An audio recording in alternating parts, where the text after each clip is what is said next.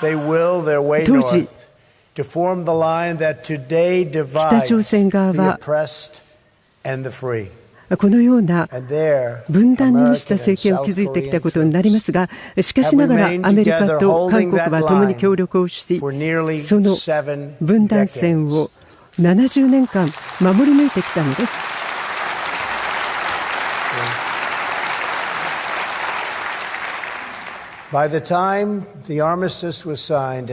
休戦協定が53年に結ばれたとき、3万6000人のアメリカ人が朝鮮戦争で命を失っていました。またその他10万人の人たちが負傷していました。彼らはヒーローです。我々は彼らの英雄的な働きを称えます。また同時に恐ろしい対価を韓国の人々は払いました。自由を求めるためにです。韓国の人々は何十万人もの勇敢なる兵士を失い、数限りない罪もない民間人がこの戦争の中で命を落とされました。偉大な町ソウルは瓦礫の山と化しました。ソウルの町の大半、そして国の大半は大きい打撃を受けたのです。この恐ろしい朝鮮戦争によってです。この国の経済は大きい打撃を受けました。しかし、それからの20年間、世界の人たちは知ることになるのです。奇跡的な出来事がこの朝鮮半島の南側で起きたのです。どの家族も、そしてどの町も、韓国の人々はこの国を今日の姿に築き上げてきました。偉大な国、世界で冠たる素晴らしい国に築き上げてきたのです。そのことを私はここで称えたいと思います。一生の中で韓国は完全な破壊の状態から地球上最も豊かな国の一つに成長してきました。韓国経済は1960年代の350倍の規模になりました。そして貿易は1900倍となり、人々の寿命は53歳から82歳まで伸びたのです。私が選挙で選ばれたちょうど1年前から今日までですね、本当に私はですね、皆さんと共にこの1年を祝福をしたいと思います。アメリカは奇跡をアメリカ自身も経験をしています。つまり株価は過去最高値、失業率は17年ぶりの低い数字です。イスラム国に勝利しつつあります。そして我々は司法を強化しつつあります。素晴らしい最高裁の判事も含まれます。他にも数えきれません。現在はこの半島付近に世界の三大空母が展開しています。これは搭載量は F-35、F-18 の戦闘機搭載ができます。さらに我々は原子力潜水艦があります。適切に配置されています。私の政権下、アメリカは完全に軍を再建しつつあり、そして多額の資金を使って最新の、そして最高の軍事装備、世界最高級のものに使って、今それが建設されつつあります。私は平和を、強さを通じて望んでいます。我々は韓国にどの国がこれまでやってきて以上に協力をし、支援しています。そして我々は誰もが理解、あるいは評価を超えるほど協力し、そして私たちが韓国は大変に成功した国家となりました。そしてそれはアメリカの忠実な同盟国でずっとこれからもあり続けるでしょう。長い将来にわたって北朝鮮の人たちの人生の恐怖、本当に不完全であって、つまり市民は政府関係者に賄賂を渡して、そして海外に行く、それも奴隷として、北朝鮮で奴隷として暮らすよりまだマシなわけです。しかし逃げようとするのは死刑に匹敵する犯罪です。ある人物は脱北をしたんですけれども、こう言ったんです。今考えれば私は人間ではなかったと。私は動物、同然。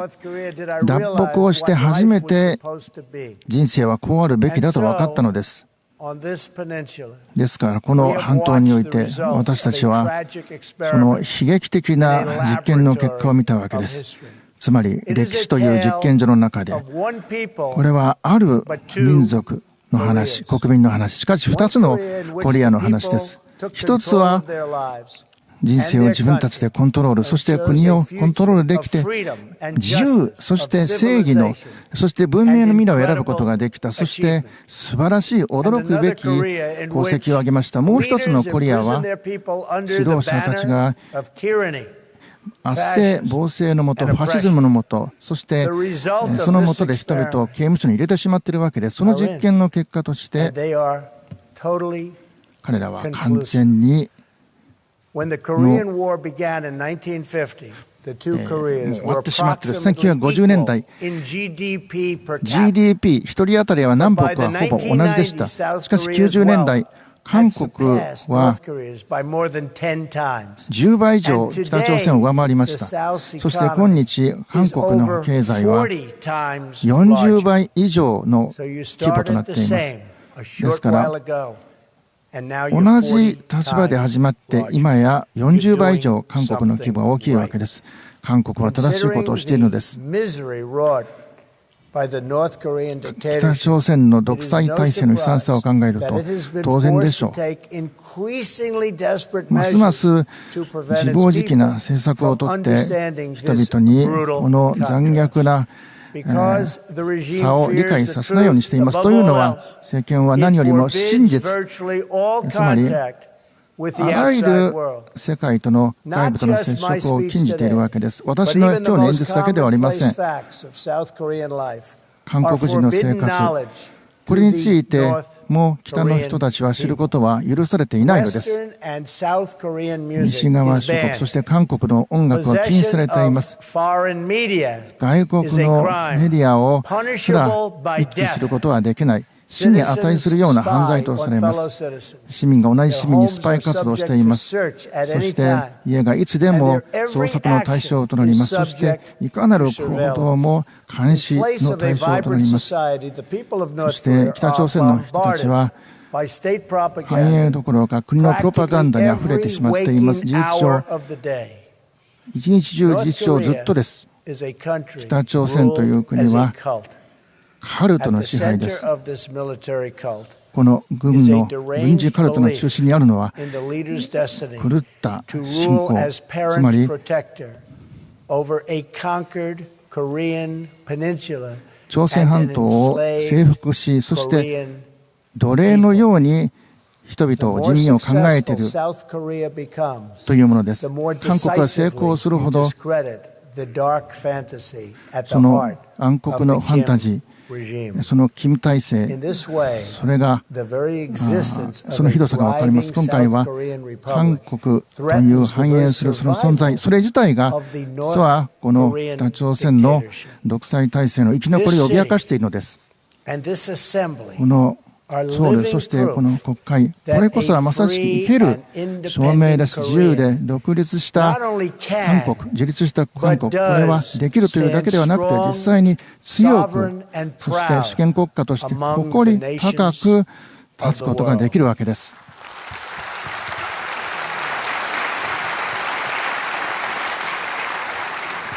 ここには国の強さがあります。それは独裁者の誤った栄光によって生み出されたものではありません。真実の強力な素晴らしい人たちが生み出したものです。韓国の人々です。韓国の人々は自由に生活をすることができます。繁栄を享受し、お互いに愛し合い、成長を享受しています。自らの運命を自らで決めることができるのです。ここ韓国では、人々は独裁者ができないことを成し遂げました。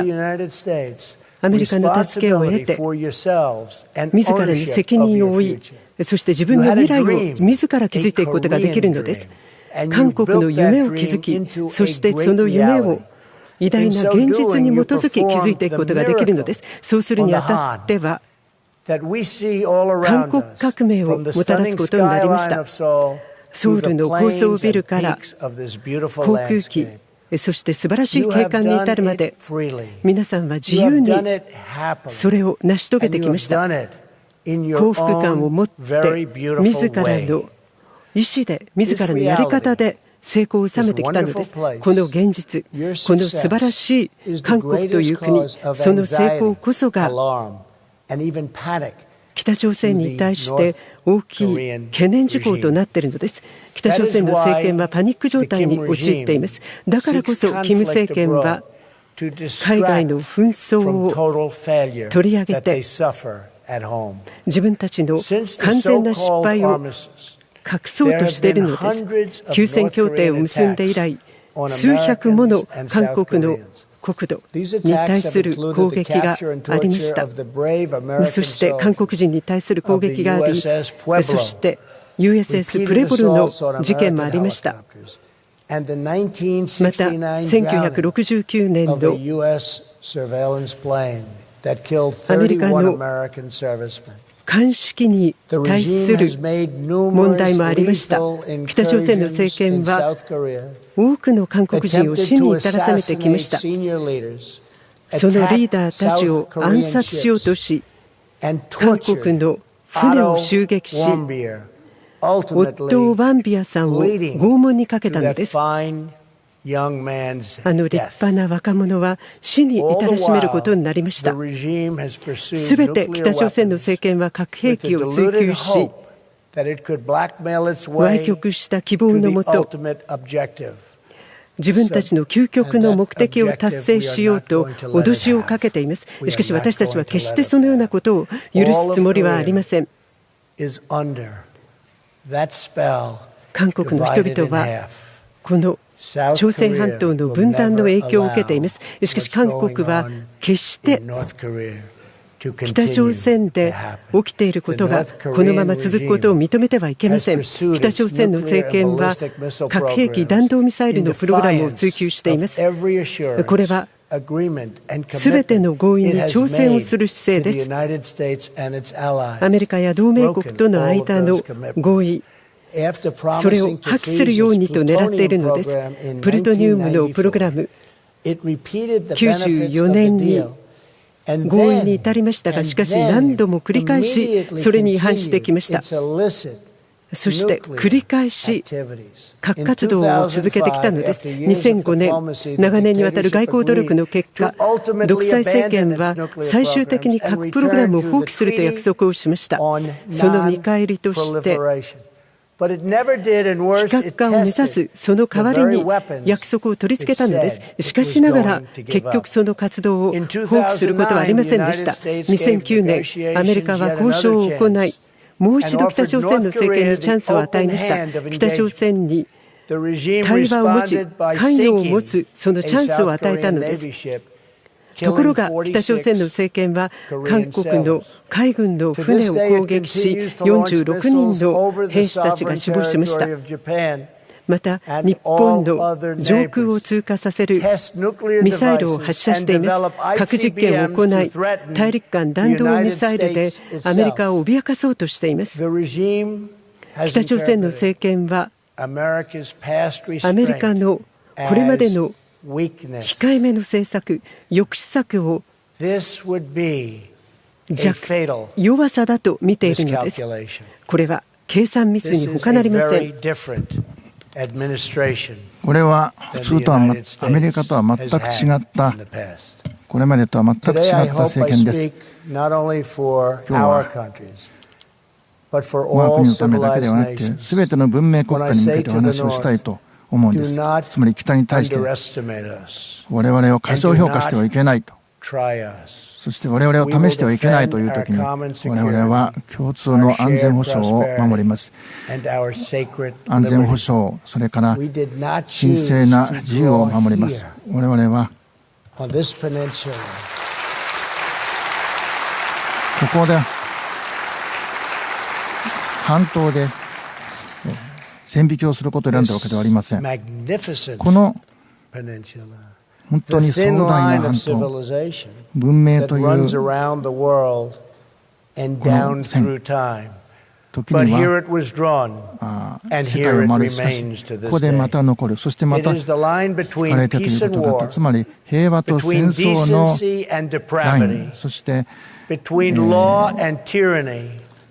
法と圧政、そして希望と、そして完全な絶望の境目、それはいろんなところでその線が史上引かれてきました。その線を選択肢として維持する自由な国家は常にそういう選択をしなければいけなかったのです。私たちが共に学んだのは弱さの大きな代償です。そして大きなその防衛に関する重要さ、賭けでもあります。アメリカの軍人はナチとの戦い、帝国主義との戦い、共産主義、そしてテロとの戦いに命を懸けてきました。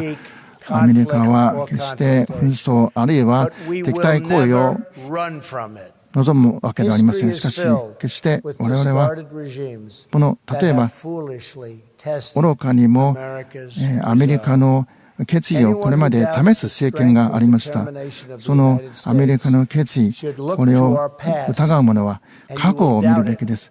そうするともはや疑いを持つことはないでしょう。我々は決してアメリカあるいはその同盟国が脅迫を受けたり攻撃を受けることを許しません。我々はアメリカの各都市が破壊の脅威を受けることを許しません。そして我々は決して脅迫、脅されることはないし、そして史上最悪の残虐行為がこちらで、この地で我々が戦って、そして死んだこの地で繰り返されることはありません。ここを守るために一生懸命戦ったこの地で。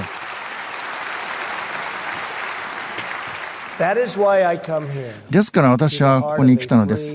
この自由で繁栄した韓国の中心に平和を愛する世界の国々のメッセージを持ってきて、すなわち言い訳の時は終わった。今こそ強さの時、つまり平和を望むのであれば強く常に立っていなければいけないのです。世界は脅し、ならず者政権の脅迫を許すことはありません。それは核で脅しているのです。責任ある国はすべて残虐な北朝鮮という政権を孤立化させることに参加をしなければいけません。どんな形であってもそれを否定をするということは、それは支援もあるいは提供も受けることもできないのです。すべての国々に、これは中国もロシアも含めてですが、完全に我々は国連安保理決議を実行していただきたい。外交関係を、あるいは貿易関係、あるいは技術の関係を断っていただきたい。我々の責任、我々の義務としてこの危険に共に立ち向かわなければいけないのです。待てば待つほど危険も高まります。そして選択肢が少なくなってしまうのです。そしてこの脅威を無視することを選んだ、あるいはそれを可能にする国を選んだ国、皆さんの意識にこの危機はのしかかります。私はこの半島に持ってきたメッセージ、これは直接北朝鮮の独裁体制の指導者に当てたものですけれども、核兵器を装備したからといって安全になるわけではありません。むしろ北朝鮮の政権を危うくするのです。どんなステップを取るにしても暗い道を歩むことになるでしょう。危険と直面することになるのです。北朝鮮はパラダイスではありません。祖父が審判をした、そしてその時に言っった天国ではないのです。しかしながら、さまざまな犯罪を犯すにつれて、北朝鮮の政権は、我々はその北朝鮮の政権に対してより良い未来を提供することができるのです。政権の攻撃をやめ、そして弾道ミサイル開発をやめるべきです。加えて、完全に検証可能でな形で非核化、朝鮮半島の非核化を図っていくべきだと提言したいと思います。朝鮮半島を空から見ると、韓国では光が輝いています。そして真っ暗な状況と北朝鮮はなっています。未来の光、繁栄と平和の光、それについて話し合うためには、北朝鮮の明るい未来について話し合うためには、北朝鮮のリーダーが核プログラムを放棄しなければなりません。北朝鮮の政権は、朝鮮半島の人々が輝ける未来を持つことができるように図っていかねばなりません。その運命がどのようなものであるのか。朝鮮半島の人々の未来は抑圧によって結ばれたものではありません。自由によって繁栄を享受する、その運命でなければならないのです。韓国の人々が達成したこと、朝鮮半島において大変な成功を収めてきたこと、それは国にとっての勝利というだけではありません。人間の精神を信じるすべての国にお手本を示すことになりました。いつの日か、皆さんの兄弟、姉妹たちが北朝鮮で全面的に自分の生活を、神に与えられた生活を享受することができるよう図っていくことができると思っています。すべてのことは可能なのです。数十年間で懸命な努力と勇気、忍耐を持って戦争に苛まれた国を富に、そして豊かさに、さらに活発な精神にあふれる国に韓国の人々は変えてきました。その成功、すべての子どもたちは幸せになれる、そのことを示したのです。韓国は強く輝ける社会です。独立心旺盛で自信のある社会です。平和を愛する国なのです。我々は国民を尊重し、我々の人生を慈しんでいます。そして主権を守り、我々の運命を我々で築いていくのです。すべての人たちが尊厳を持って全面的な潜在性をすべての人たちが生かすことができるよう図っていきます。常に国民の利益を守っていきます。独裁者の侵犯を許しません。私たちは韓国、朝鮮半島が自由であることを願っています。この半島が安全で、家族の人たちが再び再会できるよう図っていきます。南北の朝鮮を結ぶハイウェイ、いとこ同士が抱擁し、核の悪夢が美しい約束に変わる日を夢見ています。